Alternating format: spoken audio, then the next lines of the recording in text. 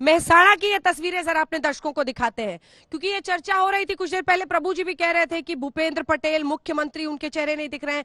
यहां तक आरोप लगा कि एक वक्त पर बीजेपी अटैक करती थी मनमोहन सिंह पर मौनी बाबा, और यहां पर विपक्ष कह रहा है कि यहाँ के मौनी बाबा भूपेंद्र पटेल हैं। लेकिन ये तस्वीरें मेहसाणा की आपको दिखा रहे हैं, जहां पर भूपेंद्र पटेल एक रोड शो करते हुए दिखाई दे रहे हैं। ये सवाल कई जगहों पर पूछा गया कि मुख्यमंत्री है कहाँ। तो देखिए, आज वोटिंग के दिन उनकी ये तस्वीरें क्या कह रही हैं। जल्दी से एक एक रिएक्शन सबसे लेते हैं। संजय जी, क्या लगता है आपको, भूपेंद्र पटेल को आज के दिन, मतलब आप इस तरह का रोड शो अगर आज करेंगे तो प्रमुखता से आपको तमाम चैनल कवर करेंगे, मीडिया में मौजूदगी भी दर्ज होगी, एक वो रणनीति भी, और दूसरी तरफ मुख्यमंत्री वही बनेंगे, ये साफ कह दिया गया है बीजेपी के शीर्ष नेतृत्व की तरफ से।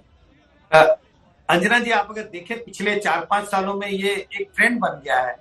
जब जब कई फेजेस में चुनाव होते हैं तो एक जगह चुनाव हो रहा है, वहां तो आप कैंपेन नहीं कर सकते, 48 घंटे पहले कैंपेनिंग बंद हो जाती है। लेकिन दूसरे जगहों पे जहां बाद में वोटिंग पड़ती है, वहां पर कोई ना कोई या तो रैली होती रहती है, रोड शो होती रहती है। और आपने जिस बात का जिक्र किया, मैं उस बात से बिल्कुल सहमत हूँ। इसका वोटरों पर असर पड़ता है। टेलीविजन चैनल उसके विजुअल्स दिखाएंगे, और जब वो दिखाते हैं तो वोटरों को याद दिलाने का काम करती है कि अच्छा, ये पार्टी है, मुझे इसके लिए वोट करना है या नहीं वोट करना है। तो ये एक पूरी स्ट्रैटेजी बन गई है आजकल पार्टियों की। हर पार्टी इसमें शामिल है। एक जगह अगर वोट पड़ रहे हैं तो दूसरी जगह पर कुछ ऐसे कार्यक्रम करो, चुनावी संबंधी कार्यक्रम, जिसका असर कहीं ना कहीं इनडायरेक्ट रूप से वोटरों के मन पर पड़े। और मुझे लगता है इसका असर जरूर पड़ता है कुछ ना कुछ वोटरों के मन पर। ठीक है, और तमाम पार्टियां ये करती है। अगर आज हम देखें चित्रा, तो प्रधानमंत्री के रोड शो का जिक्र, हालांकि सीआर पाटिल इसको डिनाई कर रहे हैं, वो भी बार बार बताना जरूरी है, लेकिन वहीं पर सचिन पायलट से लेकर मल्लिकार्जुन खड़गे कांग्रेस पार्टी की भी तरफ से, अरविंद केजरीवाल आम आदमी पार्टी की तरफ से, आज सभी लोग प्रचार के लिए उतर रहे हैं। देखिए, तमाम दिग्गजों ने अपनी ताकत तो झोंक कर रखी हुई है, लेकिन यहाँ पर आज जिन इलाकों में इस वक्त वोटिंग चल रही है, अंजना, वहां के जातिगत समीकरण को भी समझना बहुत जरूरी है। पहले हमें लगता था कि सिर्फ बिहार और उत्तर प्रदेश में ही जाति के आधार पर वोटिंग होती है, लेकिन आप गुजरात में जब जाएंगे और खासतौर से ग्रामीण अंचलों का जब आप दौरा करेंगे तो आपको पता चलेगा कि नस नस में यहाँ पर भी जातिवाद किस तरह से हावी है। हालांकि नरेंद्र मोदी के चेहरे के नाम पर जब इलेक्शन होता है तब तस्वीर अलग होती है, लेकिन हर एक पार्टियां जातियों को भी अपने ध्यान में रखते हुए टिकट बांटती हैं।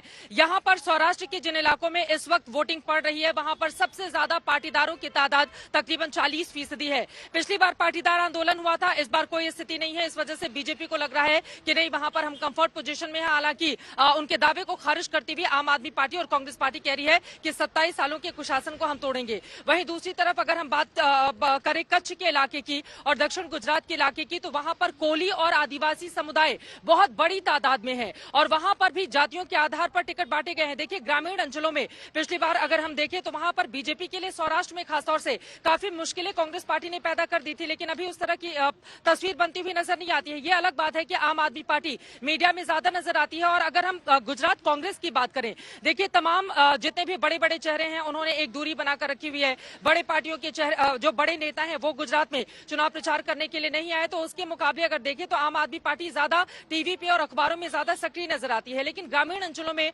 आज भी कांग्रेस पार्टी का वजूद है। कोली समुदाय में उसकी अच्छी खासी पकड़ है। ऐसे में उसको बीजेपी कैसे तोड़ेगी, ये बड़ा सवाल अभी भी बना हुआ है।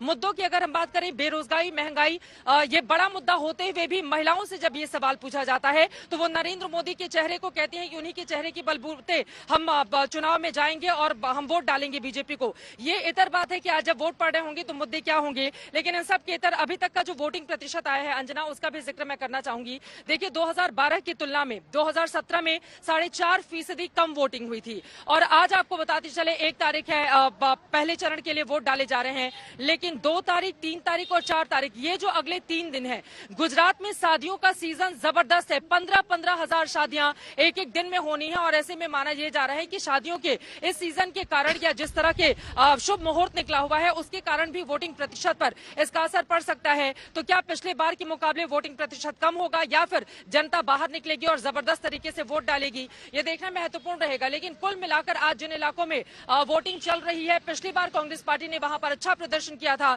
लेकिन बीजेपी को आम आदमी पार्टी और एमआईएम एक बहुत बड़ा फैक्टर है, उसके मैदान में उतर जाने के बाद उसको पूरी उम्मीद लग रही है। देखिए, हम बार बार गोधरा का जिक्र कर रहे हैं, गोधरा में एमआईएम ने एक मुफ्ती को चुनावी मैदान में उतार दिया है। वहां पर खुद असदुद्दीन ओवैसी ने जाकर बहुत बड़ी सभा की थी और बड़ी तादाद में वहां पर मुसलमान रहते हैं। हालांकि गोधरा में सेकेंड फेज में वोटिंग है, लेकिन गोधरा को केंद्र बनाकर दरअसल पूरे के पूरे प्रथम चरण में जहां जहां वोटिंग हो रही है वहां पर एक बड़ा संदेश कि 2002 में क्या हुआ था उसको ठीक है, मैं लौट रही हूँ आपके पास। फिलहाल तस्वीरें हम दिखा रहे हैं आपको अलग अलग जगहों पर जहां वोटिंग हो रही है। ये 6 तस्वीरें आप देख रहे हैं।